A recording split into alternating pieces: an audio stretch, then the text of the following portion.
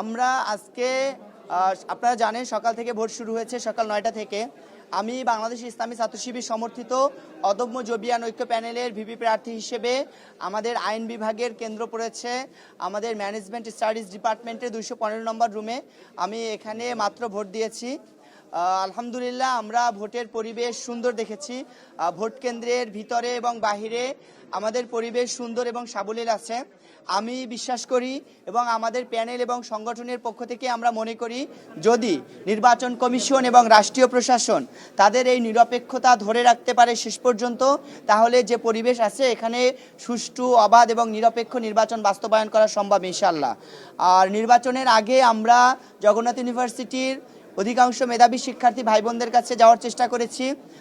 আমি ক্ষমা চেয়ে নিচ্ছি ওই সকল ভাই বোনদের কাছে যে অনাবাসিক বিশ্ববিদ্যালয় হওয়ার কারণে আমরা যাদের কাছে পৌঁছতে পারিনি, আপনারা ক্ষমা সুন্দর দৃষ্টিতে দেখবেন।